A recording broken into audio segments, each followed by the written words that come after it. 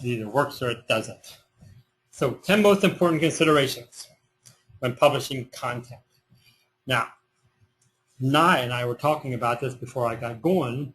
There's a difference in my world between marketing content and content that does marketing.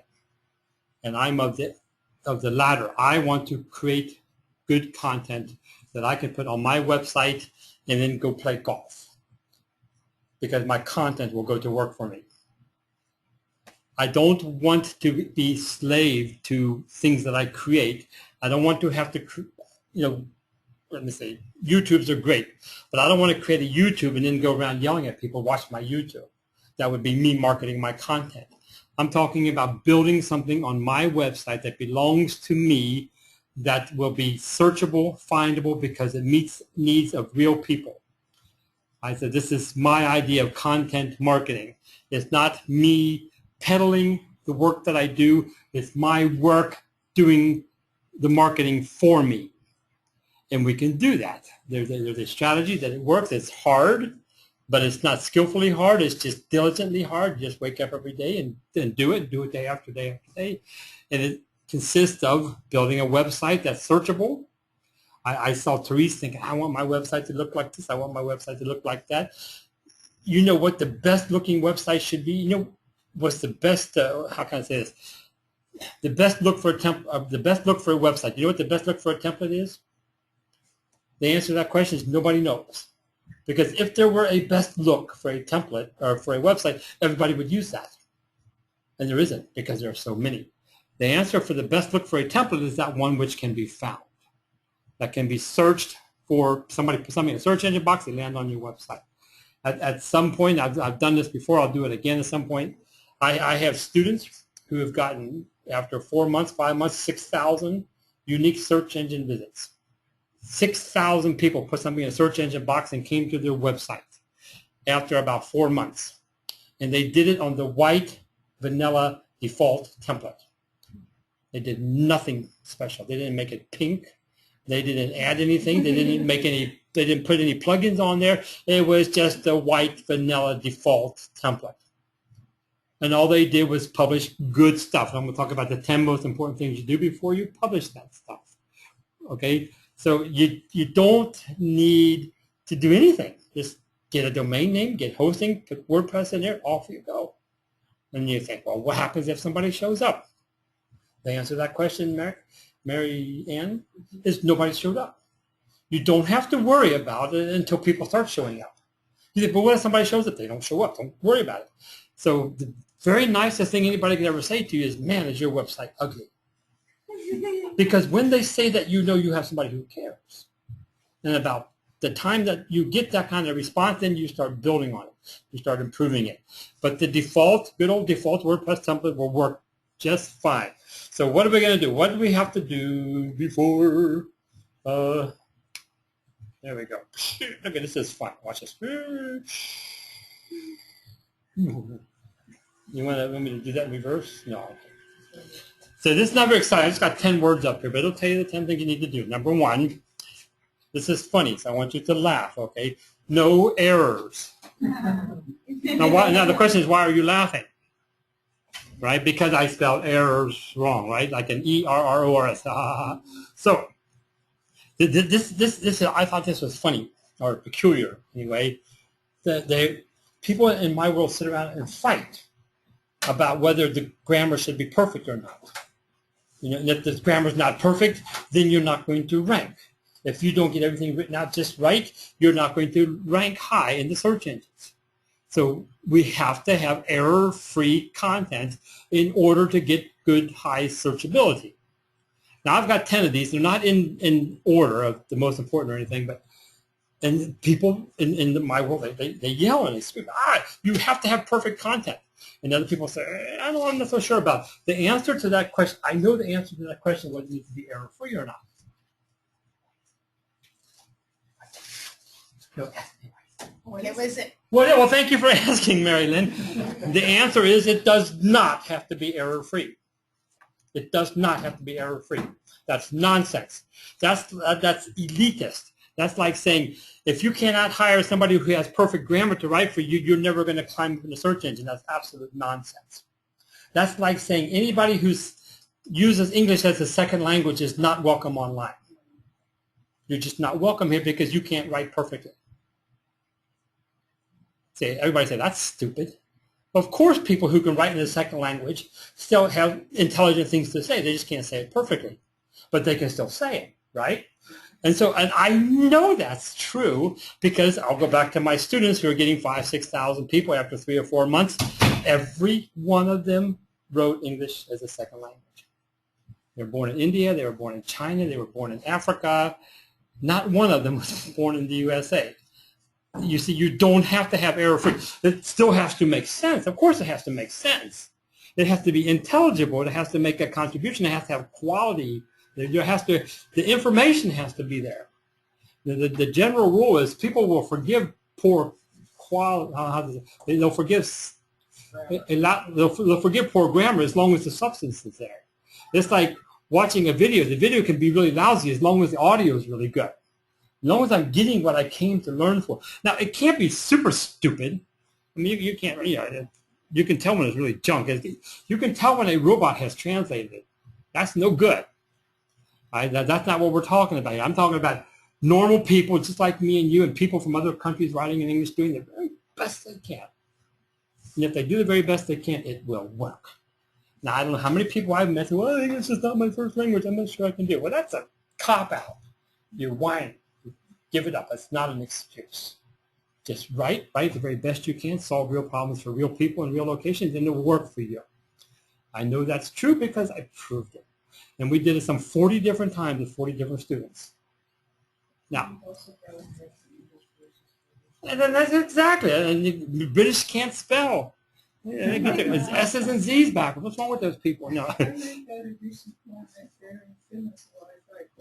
You need to talk louder to my recording. I have a recent client in Finland, so I could do good write-up on it, but it's going to be American English, not English. No, there's no such. I just have to find out because there's some big marketing. What about Australian English? Yeah, Aussies. Right? Well, they seem to mind as long as the content is good. The content is good. You know, the very best the most searchable content is the easiest written English. The search engines, bless their hearts, they're not very smart, but they can count. And what a search engine is really good at deciding is this is the subject, this is the object, and this is the verb. Subject, object, and verb. And when you use a complex sentence, the search engine will get confused. If I put an and and a but and or in there, it starts getting confusing. The more convoluted a sentence is, the harder it is for a search engine to figure out what's doing what to what, and what's going to happen when what does what. It's going to happen. You see what I'm saying? So write good simple sentences that make real good sense, written in simple form. Even if I spell it wrong, I'm sorry. It doesn't matter. Write good stuff. I make mistakes. Of course, I write stuff. I make mistakes. People say, "Bill, you're stupid," and you know what I do? I go back into my website and I change it to make it correct. And then the commenter looks stupid. Yeah, they say, you got the numbers wrong. Well, I changed the number, now it's right. Now you look dumb. Does the punctuation matter at all? Well, the meaning matters. Yeah. So if you mess up the punctuation, it confuses the meaning. Generally speaking, if you have a lot of punctuation in your in your sentence, the sentence is too complex. And the search engine will not figure it out. You stick colons and semicolons and hyphens and all that. What's going on here? Your search engine can understand commas. Oh, there's a list going on here. Comma looks like it's a list. Colon looks like, oh, it's been broken up. Here comes the list. A semicolon looks like, oh, I paused and here I'm going to go there. But the more complicated it gets, the less the search engine can figure it out. So what you want to do is write good, simple stuff that makes real good sense. Talk to people at the 8th grade level. We try to sound really smart and let me know how that works for you. Yeah, I'm serious. You get on your website and try to write really smart and let me know how that works for you. Low ads on your website. The more advertisements you have on your site, the lousier you're going to rank. There's nothing wrong with putting ads on your website. In fact, you want to put ads on there because you want to sell stuff sooner or later. Otherwise, you're just being nice. But they got was above the fold and below the fold. So when someone searches, lands on your website, the sooner they can find that answer to your question, the higher you're going to rank. If you've got more ads above the fold than you've got content, you've got a problem. And so Teresa says, when do I put ads on my website anyway? I don't know. The answer to that question, don't put them on there. Yeah, don't put ads on there until I finish my sentence. Yeah, if you're not getting 400, 500, 600 unique visitors per day searching and finding you, 500 people a day searching and finding you, it's too early to put ads on there, because all it does is confuse the issue. So let's build a high quality experience to where people come, land, search, read. They come, search, land, read, or they just come read. And they're not confused by all the other stuff that's going on there. You see, a search engine is smart enough, and I called them stupid before, but now I'm going to call them smart, that they can tell when, the search engine can tell when there's advertisements above the fold and when there's legitimate content that meets the title that you promised. So the more stuff you have above the fold, the less likely you are to rank. So you want all the high quality stuff that you have to offer in as much as possible to dominate above the fold. Now, the fold is when you have to scroll to see what else it says. It's like the fold in a newspaper. You see at top and then it's folded and you got to look at the bottom. So every time you have to hit the scroll button to go down, you went below the fold. So you want all your high quality stuff above that, right? And then the more you have above that, the better you will rank. Trustworthy. You've got to be trustworthy. Well, now, how do you do that? Well, I can create a website and I can ask everybody in the room to say, isn't Bill cool? And then it'll appear I'm trustworthy. Well, the question you have to ask there is, Lorraine said Bill's cool. Well, maybe they got something going wrong, right? So what we need to know is, who in the world is Lorraine? So does not matter who knows you. It doesn't matter who knows you. It doesn't matter who links to you. What matters is who links to you. What matters is who links to you. See, if it's all that matters who links to me, all I need is a whole bunch of $10. If I have a bunch of $10, I could buy domain names until I run out of $10 bills. And then I could put WordPress on all of them and spread them all over the place. And then I could just link them all back to me. And that's just me talking to myself. That's just me saying I'm somebody. That doesn't do you any good. So what I need is people to tell me that I'm good. And I need people who tell me that I'm good. I need people who've been told that they are good to tell me that I'm good. You see, that's how you determine trustworthy. And for the search engines, they can't read. They don't know who Bob is. They don't care what a Bob. It's a B-O-B. It's just a combination of character, B-O-B. It doesn't mean anything. But they can tell when there's a B-O-B who writes about GOLFs, and other GOLF writers link to the B-O-B who writes about GOLF, and Bill mentions GOLF, right, golf. And then Bob, who's been mentioned by a bunch of other GOLF writers, mentions me, you see. That's how a search engine decides, by the linking. So at the beginning of tonight, I said, if you don't stand up and say to the person, who are you? You have wasted a golden opportunity. It's absolutely true. That's how you determine trustworthiness, by who links to you and who has linked to that person who links to you. If John links to you, you don't have nothing, because nobody's ever found John before. I'm just picking on you. But you see what I'm saying? If somebody links to you and nobody's ever linked to them, you don't have anything. It would be likened to a tree that has 100 single roots in the bottom of it. You can imagine a tree with 100 little bitty roots in there. Down it goes.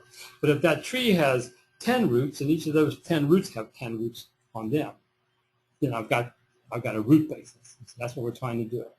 So that's how we're trusted by real people.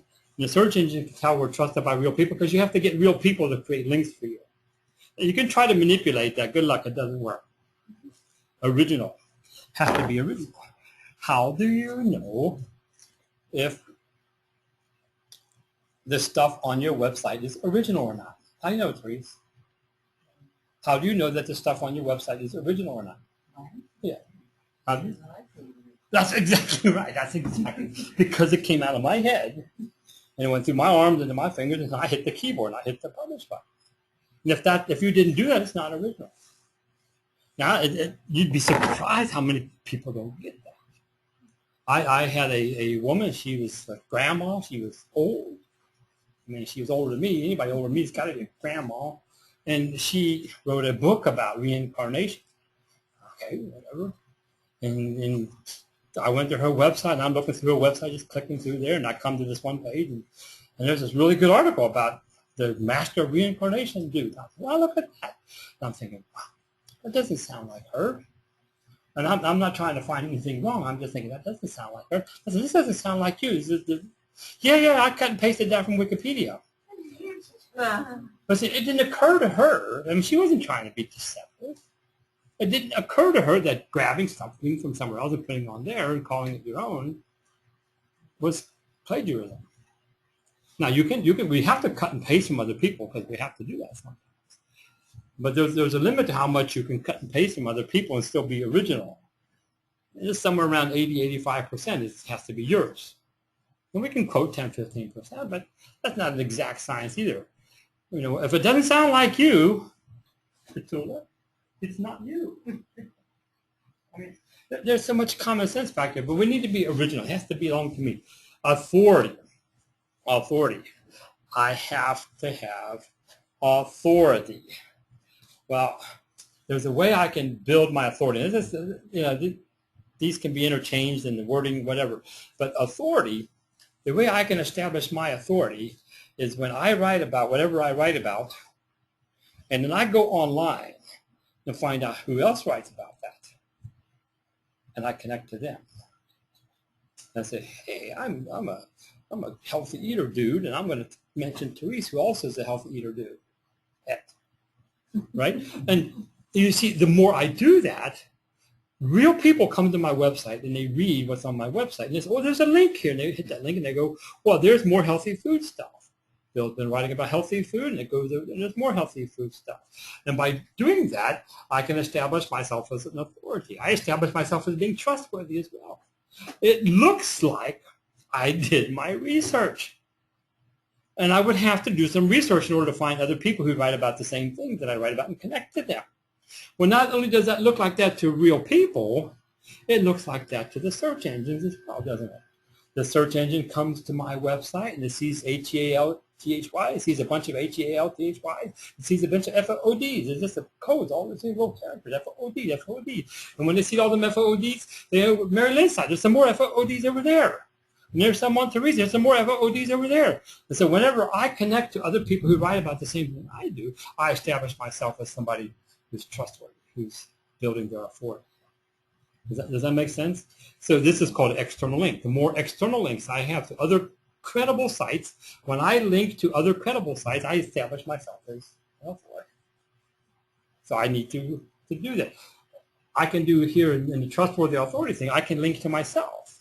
Whenever I write about healthy food, if I've written about healthy food before, I can connect to myself. I link to myself with having written about that. I build an internal web structure. And that builds my trustworthiness. Look at me. I am always on topic. I mean, I've written about this topic before several times, as a matter of fact. Look here, here, here, and here. A link on a website, an internal link on your website is like saying and. It's the equivalent to saying and. So I've been writing about golf, and I wrote about golf over here, and I wrote about golf over there, and I wrote about golf over there, and the more ands I say, the dumber it sounds. I just want to mention a couple of times within each article that I mentioned it over here too and over there. So when I have an internal link structure, I have an external link structure, I have trustworthiness, and I have authority. Well, that makes sense. This is funny. Credit card. Look at your website and ask yourself, would you give your credit card number to the site? And if the answer is no, your site's no good. Or it might be that your site's not for e-commerce. Right? That's a different issue. But we've seen websites, I'm not giving them my credit card. Well, that's a great question. In fact, that's one of the questions that, the manual penalizers or whatever they're called at the search engines will ask. They'll go to the website and they'll say, I'm not giving my credit card back. Look at your site and ask yourself, would you personally put your credit card number somewhere on there? Great question. Great question. Based mostly on trustworthiness or all of the above? Well, it's based on it. Well, all of these things are going to add to that. But the simple solution, my wife is going to take a test to get a job or get a promotion or something like that, right? And so she's trying to get this job, and they got a test. They got to take this test. So she's looking for a study guide for this test. And she's looking for, is there an online test version of whatever it was. And so she got on there, she's looking around, and next thing you know, she clicks, and it says, give me your credit card. And she didn't ask none of these questions. She didn't look for errors in spelling. She didn't look for ads. She's just looking, and as soon as she looked at that page, she's like, oh, I'm not giving my credit card. There's something wrong here. That's what we're talking about. And we dug deeper. Sure enough, it was a spam. It was a scam. It was a phishing site. Right? They said, I can give you the test for whatever it is. So you can look. So we go back, and if we want to dig deeper, but you can look at a site and know whether it's legit or not. So are you basing that on the content you publish, right? So Yep. you're saying if your content doesn't meet those other goals, people won't give you credit cards. That's exactly right. So if I'm not talking to other people, and if other people aren't talking about me, I'm nobody. I'm talking to other people, and other people are talking about me. I'm creating my own stuff because I'm solving real problems, and I'm not trying to make money off of. I'm trying to make money, but I'm trying to do it legitimately. And I'm concentrating on doing it clean so that you can understand. And the more I do that, the more likely somebody is to give me the credit card. Right. Bookmarking. Here's a good question. Would you bookmark at this site? Bookmark it? No, bookmark is the word. Would you bookmark your site? And so it's like asking the question, what if your husband or your wife or your significant other came to your website while you weren't looking, and they went to your bookmarks? Yeah, look at you guys laughing. You know exactly what I'm talking about here. Yeah, that's it. So the first thing we do is clear out our history, right? Yeah, we clear out the history, but what about the bookmarks? Yeah, so ask yourself, is your website worth bookmarking? And it is. That's a great question. Look at your website and say, I think people would bookmark this because it's clean, it's navigable. People can get the information they want as soon as they get here. I mean, everything you need. About this topic, whatever it is I'm writing about. So I'm going to ask myself before I hit my publish button, would people bookmark me if they ever came to my website? That's a good question. Print. And this number 8, like 1, 2, 3, 4. Okay. This print.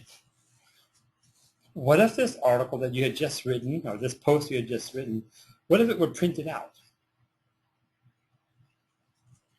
Would you be proud of it? Or not? Because I think every post ought to be a chapter in an ebook, or at least a paragraph or a section in an ebook.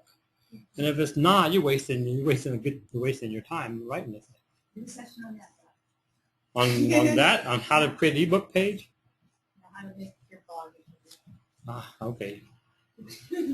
That's it. You guys get way more than $10 worth. Or printed in a publication. No, if I actually printed it out. For yourself. Yeah, printed it out for myself and passed it out at the next meetup. I mean, look what I just wrote. Would you do that?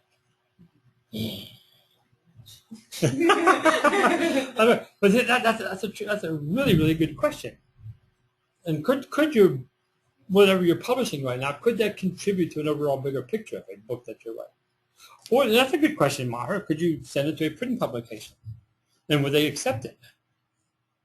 You know, somebody in your industry, somebody in your field. Hey, I just wrote this article. Would you consider putting this in your magazine that you're going to send out in paper form?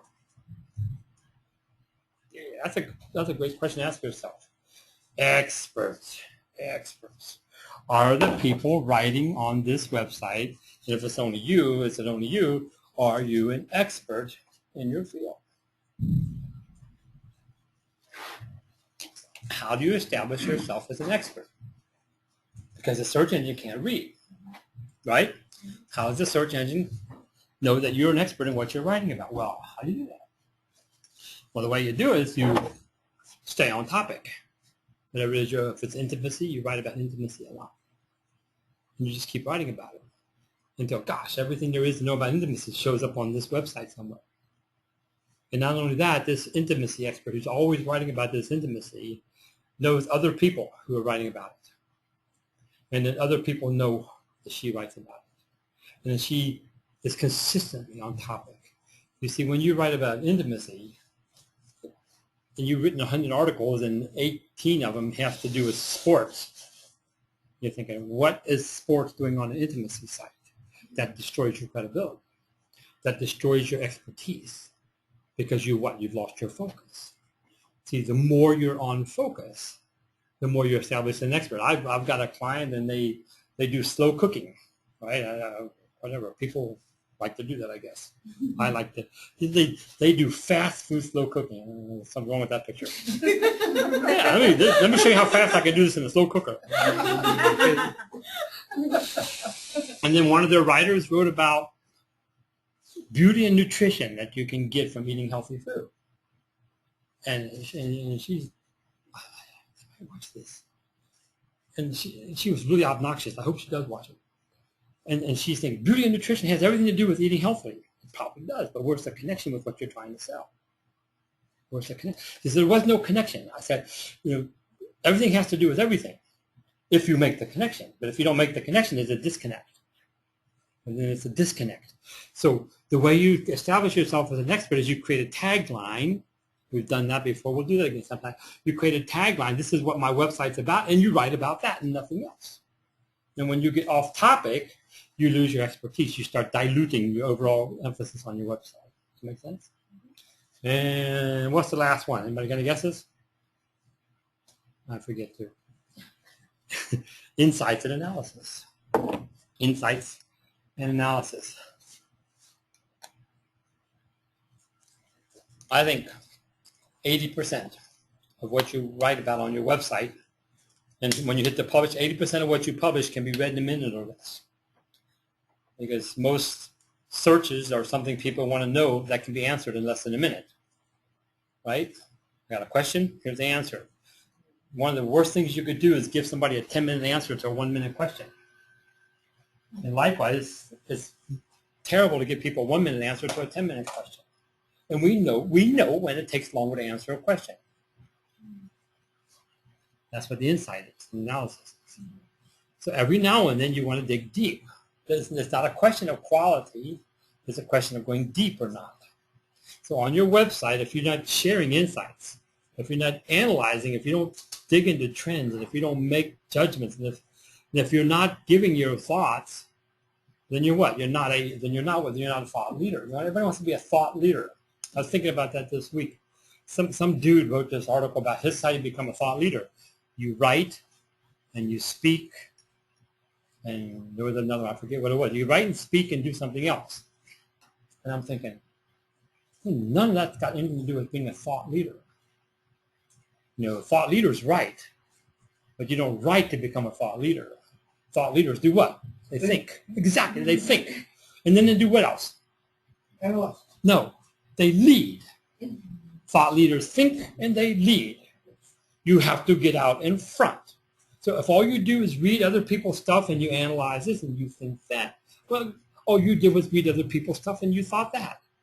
But when you start garnering insights and when you start throwing those insights out in front of everybody, that's when you become a thought leader. Otherwise, you're just a thought follower. and nobody, this is my own thought leading, nobody said that every thought you lead with has to be right. You can be wrong, and I'll be wrong a lot if I have to, but by God, I'm going to be out front being wrong instead of back in the back thinking, I hope everybody knows. What's that got to do with anything? So insights, think, write, speak, put it out there, lead. analyze, aggregate, grab all the stuff together, assimilate, and then tell me, and then digest it and explain to me what that means. Don't just assimilate and throw it out there. Tell me what that means by that. So go deep. And when you go deep, then you're ready to hit the publish button. So here we got no errors, no ads, trustworthy, original, authority, credit card, bookmark, print experts, and now we got to hit the final button here. We always got to have a little climax going on here. All right, ooh, look at that. Hit the publish button. You do all that before you hit the publish button. Now, if I were done now, Priyanka, it would be uncool, wouldn't it? Yeah, we got to go back. Look at that.